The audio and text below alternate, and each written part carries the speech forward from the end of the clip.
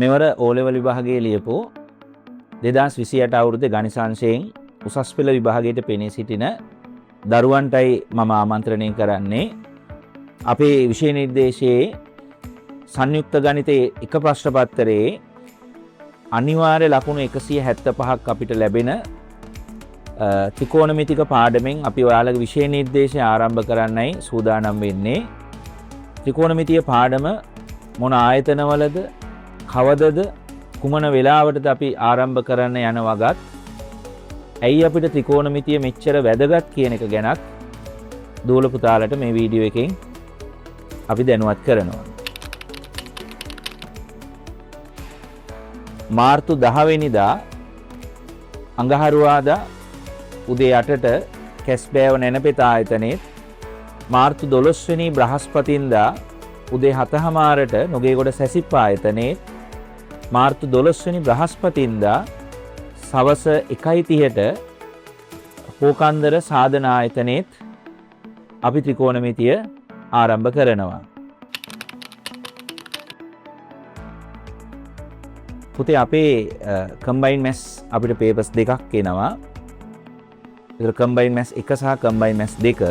ද කම්බයින් මැස් 1 කියලා එන්නේ අපිට පියෝ මැත්ස් විෂය නිර්දේශය. කම්බයින් මැස් 2 කියලා එන්නේ ඇප්ලයිඩ් මැත්ස් විෂය නිර්දේශය. ඒතර අපේ පේපර් එක හැදෙන්නේ පුතේ කෙටි ප්‍රශ්න 10ක් සහ රචනා ප්‍රශ්න 7කින්. ඒතර අපේ පළවෙනි පේපර් එකේ 17 වෙනි රචනා ප්‍රශ්නේ එන්නේ ත්‍රිකෝණමිතිය ලකුණු 150ක ගාණක්. ඒතර අපි රචනා ප්‍රශ්නයක ලකුණු 150ක් ලැබෙනවා. ඒ වගේම කෙටි ප්‍රශ්න 10න් එක කෙටි ප්‍රශ්නයකට ලකුණු 25 බැගින් ලැබෙනවා. ඒතර අපිට ත්‍රිකෝණමිතියෙන් අනිවාර්ය කෙටි ප්‍රශ්නයකුත් ලැබෙනවා. ඉතින් මේ ත්‍රිකෝණමිතිය ගැඹුරින් ඉගෙන ගත්තේ නැති දරුවන් විභාගයේදී මේ ගාන අතාරිනවා. ඉතින් ඒක දරුවන්ගේ පැත්තෙන් හරි පාඩුයි. අඩු කාලයකින් ලකුණු ගොඩක් ගන්න පුළුවන් ගානක්. ඇයි පුතාලා අපේ පන්තියට එන්න ඕනේ?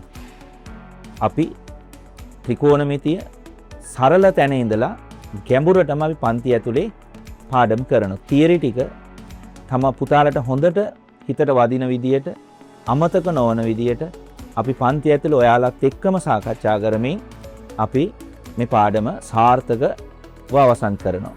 පුතාලටම තේරෙයි ඊටාම කෙටි කාලයක් තුල පසුගිය විභාග ප්‍රශ්න පත්‍ර කරනකොට, අපි පන්ති ඇතුලේ කරන මොඩල් පේපර්ස් කරනකොට ඉතා අඩු කාලයකින් ලකුණු විශාල ප්‍රමාණයක් අපිට ත්‍රිකෝණමිතියෙන් එකතු කරගන්න පුළුවන් කියන එක. වසර 26ක කාලයක් කම්බයින් මැස් උගන්වන ගුරුවරයෙක් විදියට මම ලැබපු අත්දැකීම තමයි පුතේ, රිවිෂන් ක්ලාස් එකක් අපි ආරම්භ කරනකොට දරුවන් අපි සොයාගෙන ඉනවා. ඉතින් ඒ දරුවන්ගේ තියෙන ගැටලුව තමයි දරුවන් ගැඹුරට තියරි කරලා නැහැ. ඒ දරුවන්ට ප්‍රශ්න වලට පිළිතුරු සපය ගන්න බෑ.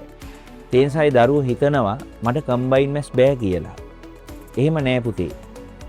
අපි සරල කරුණේ සිට ගැඹුරටම සෑම පාඩමකම තියරි ටික හරියට කරනවා නම් අපිට අනිවාර්යයෙන්ම ගණන් හදන්න පුළුවන්. ලංකාවේ සෑම වසරකම ඉහළම ප්‍රතිඵල පෙන්වන ක්ලාස් එකක් විදියට දුවල පුතාලට පුළුවන් අපිත් එක්ක එකතු වෙන්න.